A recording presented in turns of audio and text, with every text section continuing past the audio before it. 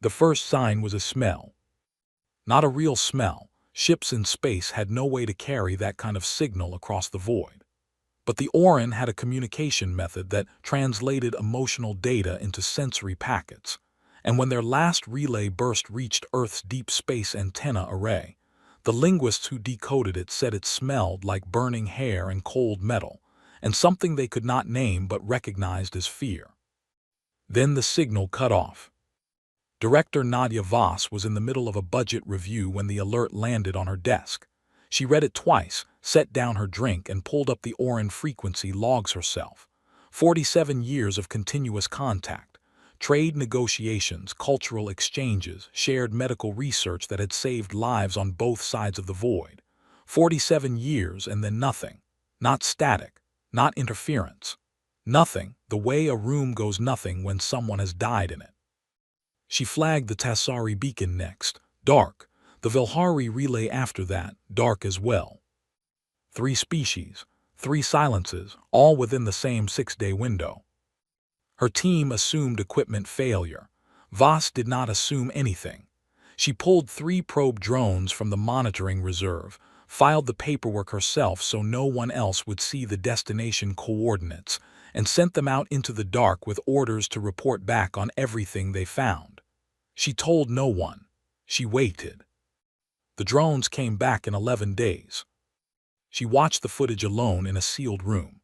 The Orin home system looked like a place that had been held underwater until it stopped moving. The orbital platforms were gone, not damaged, not drifting, but gone, as though they had been dissolved from existence. The atmosphere of the planet below carried a chemical signature her analysts identified as weapons residue from a class of munition the Galactic Council had publicly banned 30 years ago. The surface read 0 life signs across every scan. She moved to the Tassari footage next, same result. Then the Vilhari system, same. Voss sat in that sealed room for a long time without moving. Then she stood up, copied the full file to an encrypted drive, and walked it personally to the office of Admiral Rail Horn. Horn was a man of very few words in normal circumstances and almost none in a crisis. He watched all 3 footage files in full without speaking. When the last one ended, he leaned back in his chair and stared at the ceiling for a moment that felt longer than it was. Nadia said, quietly, that she had intercepted a fragmented council data burst the day before. Her team had spent 70 hours decoding it. The burst contained internal council communications referencing something called the Purification Directive. It named all 3 species by their council registry designations. It listed completion dates. Rail did not look at the ceiling anymore. He looked at her. She told him the Security Council would want diplomacy. She told him the member states would want time.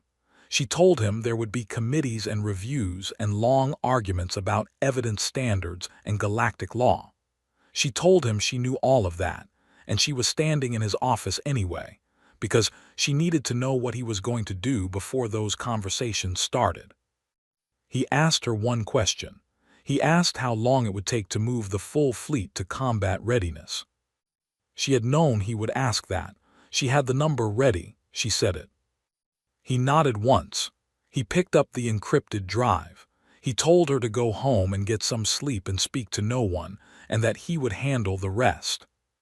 That evening, the first set of orders went out across Earth's military network on a channel most people in the government did not know existed. Shipyard crews on 3 continents and 2 orbital stations received production directives with new priority classifications. Reserve vessels in cold storage received reactivation schedules. Deep space fuel caches received resupply orders. No announcement was made. No press conference was held. No ultimatum was broadcast into the dark. But the galaxy's passive listening networks, the ones maintained by neutral species who tracked ion trails and drive signatures the way old sailors tracked weather, began to notice something in Earth's orbital space. Engines warming. Lights coming on in ships that had been dark for years. Movement building slowly, like a tide coming in on a world where the ocean had always been quiet. The Galactic Council received the Ion Trail reports from two different neutral sources within the same week. Counselor Drath read both summaries, set them aside, and told his staff that humanity was posturing. He had seen species posture before. They always stood down when the cost became clear. He did not ask what had made them move.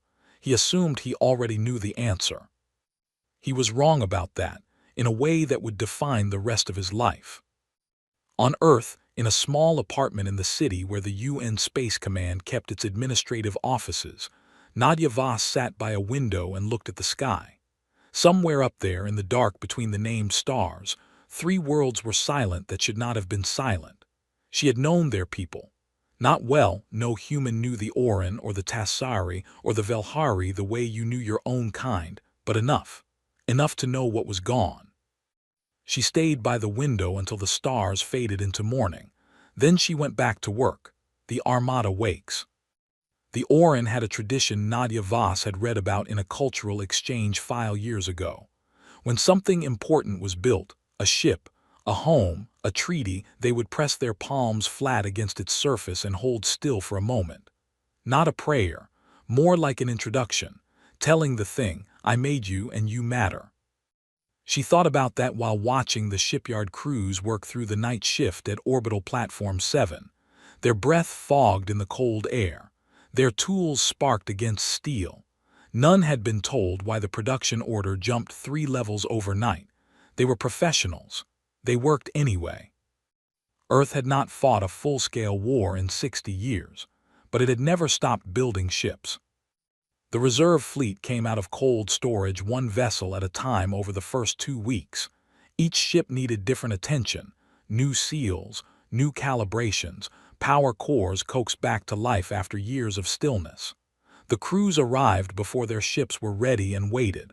Some had never seen combat. Some had never expected to.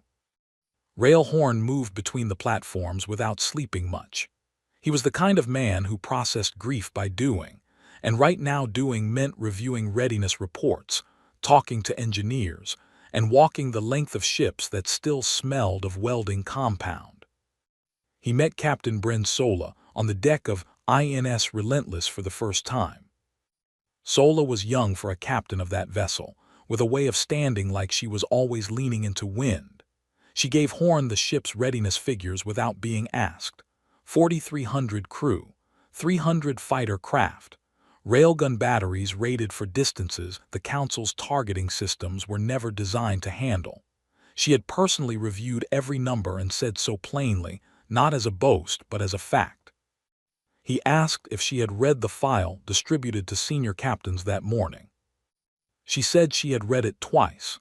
Then she told him she had run cargo through Tassari space for 3 years before joining the military. The Tassari used to come aboard human ships during docking, just to look around. They touched everything carefully, like they were memorizing it. She said she had never forgotten that. Horn said nothing. He told her to have Relentless ready to move in 18 days. The request from Ambassador Tiv came through a back channel. Tiv was the last living Orin diplomat, having survived only because they were off-world during the strike, stationed at a neutral space post the Council never thought to target. The message was short. It asked, formally and without pressure, whether there was a place in the fleet for a witness. Horn approved the request within the hour. The defector arrived separately. Subcommander Prith of the Council Defense Fleet had served on one of the ships in the purification operation. He had not fired any weapons himself. His vessel had been part of the containment ring, ensuring nothing escaped the target systems. He watched on long-range monitors what that meant in practice. He returned to his quarters and sat in the dark for 3 days. Then he stole a salvage shuttle, loaded it with everything he could pull from the Council's classified military database, and headed for Earth space. He was intercepted by a patrol vessel. The first thing he said when the shuttle door opened was that he carried tactical codes, fleet dispositions, and the full Council defense manifest as of 40 days ago. He asked to speak to whoever was in charge. Nadia Voss flew out personally. The intelligence he carried changed the picture entirely. The Council fleet was powerful, built over centuries, used to fighting species with slower FTL drives and rigid tactics. What it was not built for was Earth's combined arms doctrine, or the specific transit corridors Prith's charts showed running through regions the Council had marked as impassable dead zones. Voss spent 3 days going through every file with him. Then she sent a summary to Horn with one line at the bottom. They did not know what they started. The galaxy was watching. Neutral species running observation platforms along major transit lanes filed reports to their governments describing a buildup unlike anything in modern record. Some sent quiet diplomatic messages to Earth asking what was happening. Earth did not answer. The fleet continued to grow. On the day the Armada began its outward movement, a slow, coordinated departure that took 14 hours, Tiv stood at a viewport on the flagship and watched the ships pass. Vessel after vessel, engines lit, moving in formation into the dark. The ambassador did not speak for a long time. Then, quietly, in Orin, Tiv said something the human officer nearby caught in her translation earpiece. She wrote it down afterward, and it made its way into the historical record eventually. It translated roughly as, "They came through the dark lanes." The Sarin mathematician who first mapped the gravitational fold now known as the Horn Corridor said it was mathematically possible to transit it but practically suicidal, because the fold shifted on a cycle no instrument could predict reliably. She published her findings. The Council filed them under theoretical curiosities, and no one thought about it again for 80 years. Prith thought about it the moment he saw Horn's transit plan. He pulled up the old Sarin paper on a data pad and read it 3 times in his borrowed quarters aboard the flagship. Then he walked to the fleet planning room and told Horn's navigation team that the fold had a predictable cycle after all. The Sarin mathematician had the right data but the wrong variable. If you tracked the gravitational bleed from the twin pulsars at the fold's edge instead of the fold's internal density, the shift pattern became clear. He had accidentally discovered this while running patrol routes 2 years ago and had never reported it because no one had ever asked.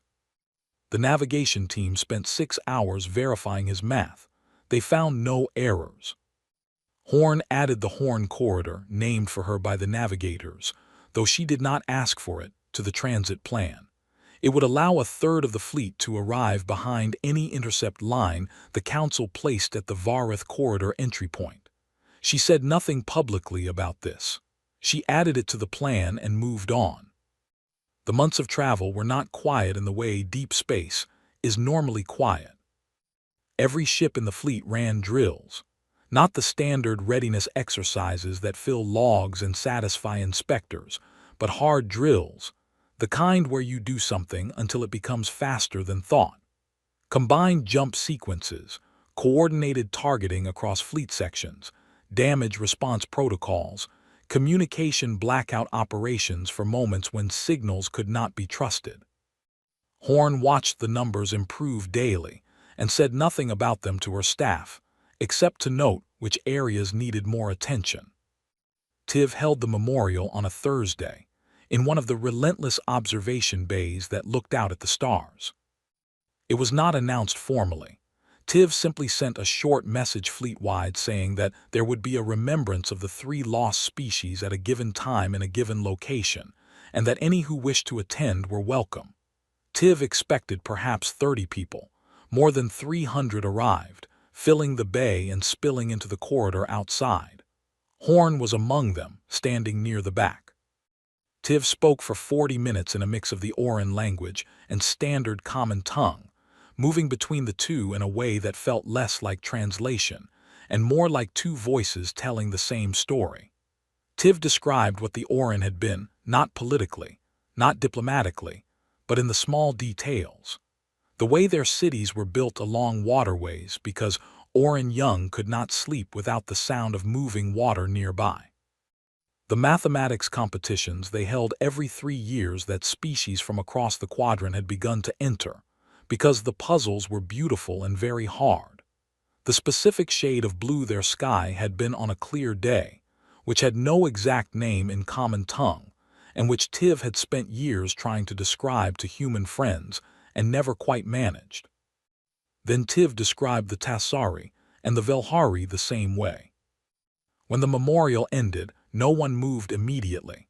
The bay stayed full for several minutes, people standing in the silence, looking out at the same dark that had swallowed 3 worlds. Some of them were young soldiers who had never met anyone from those species. It did not seem to matter. They stood there anyway. Horn left without speaking to anyone. Her staff learned not to follow. The neutral worlds along the approach route had been watching the Armada's progress through their own passive networks. 3 of those worlds sent official messages to the fleet as it passed through their outer transit zones. Not protests, not warnings, supplies. The first world, a small trading species called the Draith, offered fuel cells and protein packs. The second offered medical supplies and technicians who could assist with ship repairs during transit.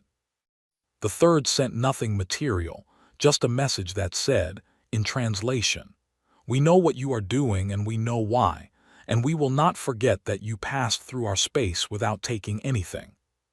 Horn responded personally to each of those messages. She thanked them briefly and asked the Draith technicians if they knew anything about the Velhari grid weapon systems, because Prith's intelligence suggested the Council had taken several Velhari manufacturing secrets after the strike. They did know. They had been trading with the Velhari for decades. She invited their technicians aboard. Councillor Drath received the latest Iron Trail reports in a chamber meeting and finally, for the first time, showed something that his staff interpreted as concern. He ordered the Council Defense Fleet to the Vareth corridor with enough ships to make the intercept overwhelming. 200 warships, veterans of the border campaigns, with experienced commanders and modern equipment. He told the chamber it would be sufficient. One of the younger councillors, a Davai representative named Suin, who had voted against the Purification Directive and been ignored, asked Drath quietly what he knew about human military doctrine. Drath said he knew enough. Suin said nothing further. But that evening, Suin sent a personal message to a contact in neutral space, who passed it along through 3 intermediaries until it reached a signals officer on the human flagship. It contained the exact coordinates and formation plan of the Vareth intercept fleet. Suin had voted against the directive. The galaxy did not know that yet. It would, eventually. The Armada kept moving, the Vareth engagement. The Council fleet commander at Vareth was a veteran named Orath, decorated across 4 campaigns, who had never lost a ship in battle. He positioned his 200 vessels across the corridor's narrowest transit point in a formation his academy called the Wall, a layered defensive spread designed to absorb any frontal push and return fire from 3 overlapping angles simultaneously. It had worked against every opponent his fleet had ever faced. What he did not know was that Horn had divided her armada 3 days earlier. 2/3 of the human fleet approached the corridor on the expected heading, visible to every council sensor platform in the region, loud and bright, and exactly where Orath's models predicted they would be. The remaining third peeled away silently, running with drives at minimum output, navigating through the gravitational fold that no council chart marked as passable. They came out behind the wall. Orath had 17 seconds of warning before the flanking force opened fire. The battle did not look the way battles in the old records looked. There were no dramatic speeches, no single heroic moment that changed everything. What happened at Vareth was a series of very fast decisions made by human commanders who had drilled those exact decisions for months, against opponents who were reacting instead of acting, trying to reformat a defensive strategy into something that could handle fire from 2 directions at once. It could not handle that in the time available. The Council ships were individually powerful. Their weapons hit hard, their shields held well. And their crews were not cowards. In the first 4 minutes, they destroyed 9 human vessels and damaged 16 more. The Relentless took a hit to her forward section that killed 22 crew and left one hangar deck open to vacuum. Sola did not slow down.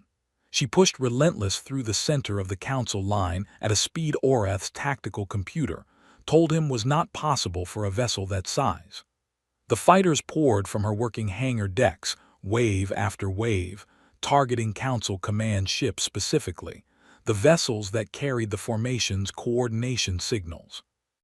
When you remove the coordination from a wall formation, it becomes 200 separate ships, each making independent decisions under pressure. That is a very different thing to fight. 11 minutes after the flanking force emerged from the fold, Oreth sent the surrender signal. 64 Council ships had survived intact enough to comply. The rest had either been destroyed or had scattered into the dark on emergency FTL jumps with no clear destination. Horn ordered the surrendered vessels boarded carefully. Their crews were disarmed, their ships inventoried. No one was executed. No one was tortured. The prisoners were moved to the Armada's designated humanitarian transports, large vessels that had been repurposed and marked with the white bands that every galactic species recognized as non-combatant identification. Prith stood on the flagship bridge during the aftermath and watched the boarding reports come in. One of Horn's staff officers asked him how he felt, seeing Council ships in that state. He said he felt like he should have stolen that shuttle 2 years earlier. The captured ships, stripped of weapons and propulsion controls, were linked into the Armada's logistics train. The Council's own vessels now carried human supplies into Council space. There was something in that which no official report mentioned, but every soldier in the fleet understood. Horn recorded a single broadcast and sent it to the Council on every available frequency. It was 41 words long. It contained no threats, no demands, no list of terms. It gave the coordinates of the Vareth engagement, the time it had ended, and the survival figures for both sides. Then it said, "Your intercept fleet is gone. We did not destroy it. We took it. We are still coming." Counselor Drath received the message in a chamber that had gone very quiet. The Davai representative Suin watched Drath's face while the message played. Drath's expression did not change much. What changed was something behind the expression, a quality of certainty that had been there for years and was not there anymore. 2 of Drath's closest allies on the Council requested private meetings with him within the hour. Both meetings were short. Both ended with the allies leaving and not returning to his section of the building. The neutral worlds that had been watching the Ion Trail data updated their reports. Several species that had maintained official silence since the Armada departed now sent messages to Earth's diplomatic office. The messages were careful and formal, but their meaning was clear. They were paying attention, and they wanted Earth to know that. One of those messages came from a species called the Gren, who had never interacted with humanity before. They lived in a system 3 transit jumps from the Vareth corridor. Their message contained a star chart with 3 systems marked in their own notation, which Voss's team took a day to translate. The marked systems were supply caches the Council used to restock their inner defense fleet. The Gren had been near those caches for 100 years and had never been asked if they knew anything about them. No one from the Council had ever thought to ask the Gren anything. The Gren, apparently, had noticed. Voss forwarded the chart to Horn with 2 words: "They're watching." The Armada reformed, absorbed the captured vessels into its outer ring, and continued inward. Behind it, at the Vareth corridor, the stars were still. The debris field from the battle drifted slowly, catching light from the nearest sun. Among the wreckage were fragments of Council hull plating stamped with registry marks from 4 different member species. None of those species had voted for the Purification Directive. They had simply followed orders. That detail was in Horn's report. She made sure of it, the gates of the Council. The first world the Armada passed through inside Council territory was a small agricultural planet called Dihenvaru, home to a species so low in the Council's political structure that most member states could not name them without checking a registry. They were farmers. They grew a grain crop that fed 17 other species and received a flat trade rate for it that had not changed in 40 years. When the Armada's outer picket ship swept past their outer moon, the planet broadcast a surrender request, then a plea, then silence because they ran out of things to say. Horn's fleet passed without slowing. The only transmission sent to Dihenvaru stated that the Armada had no grievance with their people, that they should continue normal operations, and that if any Council military vessel used their system as a staging point, they should report it on the frequency given. Dihenvaru sent that exchange to every species in their communication range within 6 hours.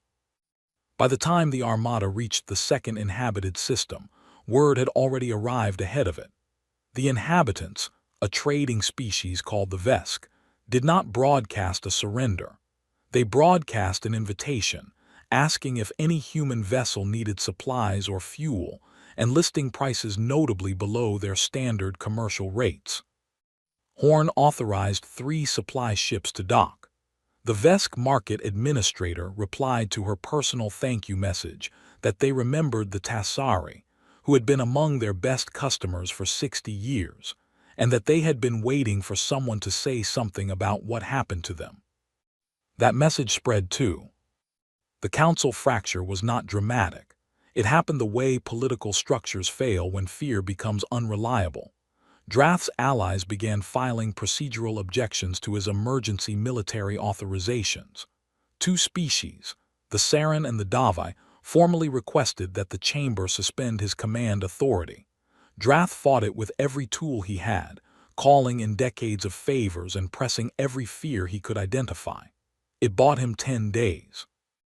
During those 10 days, Tiv requested a transmission channel on the Council's public broadcast frequency, the one all registered species in the galaxy could receive. As the last accredited diplomat of the Orin people, Tiv had the legal right under the Neutral World Charter. The request went through. The broadcast lasted 22 minutes. Tiv did not accuse. Tiv did not argue. Tiv spoke about the Orin, the Tassari, and the Velhari the way a person speaks about someone they love to people who never got to meet them. Then Tiv named, one by one, the counselors who had voted for the Purification Directive, not as accusation but as record. These people knew. These people chose. Then Tiv asked, in a voice that was steady and quiet, whether anyone in the galaxy believed that was acceptable. The channel stayed open a moment after Tiv finished. Then it closed. The response built slowly over 4 days, the way pressure builds. Species that had never publicly commented on Council politics sent statements to the Neutral World Record Bureaus. Some were diplomatic, some were not. Drath went on the Council's channel and called Tiv's address enemy propaganda. He was not wrong, technically, but his broadcast did not land the way his previous ones had. The Armada arrived at Council Prime on a morning, with no significance on the human calendar, but which would be marked on several others. Horn did not attack. The fleet spread across the system's transit lanes, covering every entry and exit point. Every ship held station, weapons powered but not aimed. A blockade was not an attack. Nothing moved in or out of Council Prime. Drath authorized the planetary defense grid, old weapons in the orbital infrastructure, capable of serious damage against approaching ships. His own security chief told him privately that using it risked killing Council citizens if the humans returned fire. His legal counsel told him that firing first from a planetary position would formally shift the aggressor designation under galactic law. His remaining allies called a vote on his command authority. This time they had the numbers. Drath sat in the chamber and watched the count appear. He did not speak. When the result was clear, he stood, straightened his counselor's robes in an old formal gesture no one used anymore, and walked out without being asked to leave. The new acting chair contacted Horn's flagship within the hour and asked what humanity wanted. Horn sent Nadia Voss to take the call, the reckoning. Nadia Voss had negotiated trade deals, border disputes, and a near war between two species who disagreed about the ownership of an uninhabited moon. She had done all of that in conference rooms with bad lighting and worse coffee, across tables from people who did not want to give her what she was asking for. She was comfortable with difficulty. The call with the council's acting chair, a Saran elder named Veth, was not difficult in the way she had expected. Veth was calm, formal, and entirely without the arrogance that had characterized every previous council communication. Voss noted this in the first 30 seconds and adjusted accordingly. She stated humanity's terms. There were 3 of them. First, the architects of the Purification Directive would stand trial before a tribunal representing every species in the galaxy, with Tiv serving as lead witness, and the evidence gathered by Earth's Intelligence Corps presented in full. Second, the Council's current structure would be dissolved and replaced by a new body in which species voted directly, without the intermediary tier that had allowed a small group of counselors to authorize genocide without broader oversight. Third, Earth would not occupy any Council world, claim any Council territory, or demand any financial reparations. The Armada would withdraw as soon as the first 2 conditions were met. Veth asked for time to consult with the remaining chamber members. Voss gave her 6 hours. The chamber vote came back in 4. The terms were accepted. The tribunal was held aboard INS Relentless, in the ship's largest cargo bay, which the crew spent 3 days converting into something functional and grave. 12 species attended as official observers, transmitted in live on the Neutral World Relay Network. 7 more observed via delayed signal.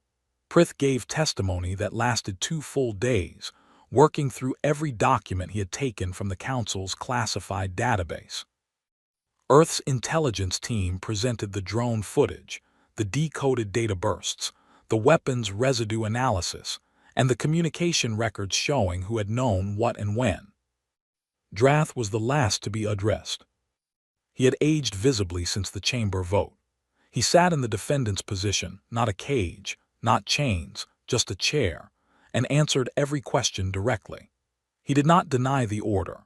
He said he had believed the 3 species were too closely aligned with humanity to allow that alignment to develop further, that the risk to Council stability had been real, and the decision had been made rationally and with the long-term health of galactic order in mind.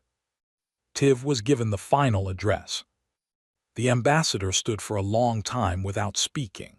Then Tiv described, one more time, the shade of blue the orange sky had been on a clear day, the one with no name in common tongue. Tiv said that 3 worlds full of people had looked up at their skis every day of their lives and had never done anything to deserve what had been done to them. Tiv said that rational decisions that end in the death of innocent people are not made rational by the reasoning behind them. Tiv said that this was not a concept that required complex philosophy. It was something children understood. Then Tiv sat down. The tribunal delivered its verdict the following morning. The architects of the Purification Directive were found guilty on every count. The sentence was exile, a monitored world with no FTL capability, no political authority, no communication access to the wider galaxy. Not death, not imprisonment in the traditional sense. Removal. The kind of sentence that said, you no longer get to be part of this. Drath received the sentence without expression. The new Galactic Parliament Charter was signed in the same cargo bay 2 days later. Earth had drafted it with input from the Saran, the Davi, the Vesk, the Draith, and 6 other species who had been watching the Armada's progress and reaching out quietly through the neutral networks. It was a short document, 12 articles, each one plain enough to translate accurately into every language that needed it. Earth offered to host the first session. The signing happened in order of how long each species had been in contact with humanity. The Saran signed first. The Gren, who had never spoken to a human before sending Voss that star chart, signed last, and their representative, a young official who had never been off-world before, shook Voss's hand in the human style and held on a moment longer than was customary. Voss did not correct the grip. The Armada began its withdrawal 3 days after the charter signing. It was a longer process than the arrival. The captured council ships had to be returned to their respective species. The humanitarian transports had to offload their passengers, and the fuel logistics of turning several thousand vessels around required careful sequencing. On the last day, Tiv came to the bridge of the flagship and stood beside Horn as the final ships formed up for the long journey home. Horn did not speak for a while.